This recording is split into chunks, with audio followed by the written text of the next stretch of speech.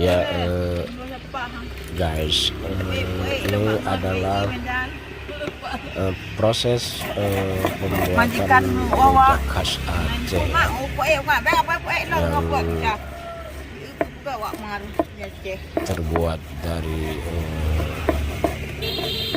campuran buah-buahan yang segar ya. Ini adalah proses tahap pertama, yaitu penggilingan bumbu rujak itu sendiri ya, yaitu kacang tanah yang digoreng, yang diulek halus dengan tambahan asam jawa, cabai rawit, garam yang memang dipakai sesuai selera ya.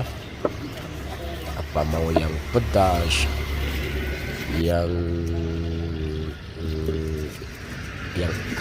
agak asam.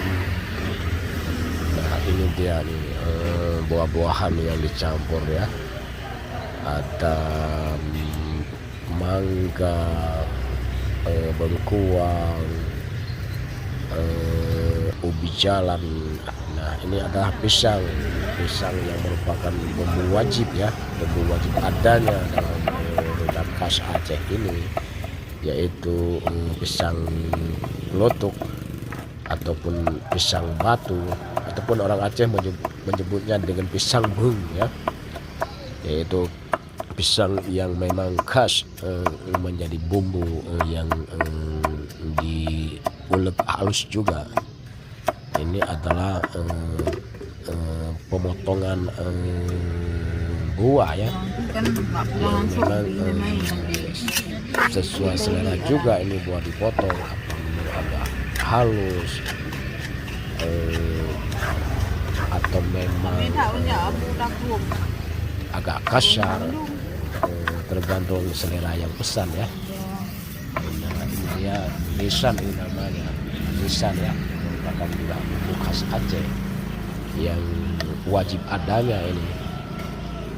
Nah ini dia nih yang dicampur kembali setelah proses pembuatan rujak itu sendiri ya, dalam ukuran satu kantong plastik. Ini kantong plastik ukuran 1/4 yang dijual dengan harga 5.000 per porsi ini ya, tidak mahal-mahal, tapi rasanya sudah rame ini ya, sudah manis asam asin ini, campur bau rasanya. Ini video diputar sekali lagi, proses pembuatan rujak Aceh yang kalau ada yang bertanya itu apa bedanya rujak Aceh dengan rujak-rujak daerah lainnya di Nusantara, mungkin jawabannya ada bedanya, tetap ada, yaitu dengan campuran bumbu khas yang tadi, yaitu seperti manisannya ini, juga ada pisang batu yang diulek. Selebihnya memang secara umum sama saja, tapi ada khas bedanya itu, yaitu rujak Aceh ini mungkin cita rasanya itu ya, dengan potongan buah yang sangat lengkap ini ya. Ada jambu, ada mangga, pepaya, timun, yang memang lengkap banyak sekali ini. Ada buah bengkuang, nanas,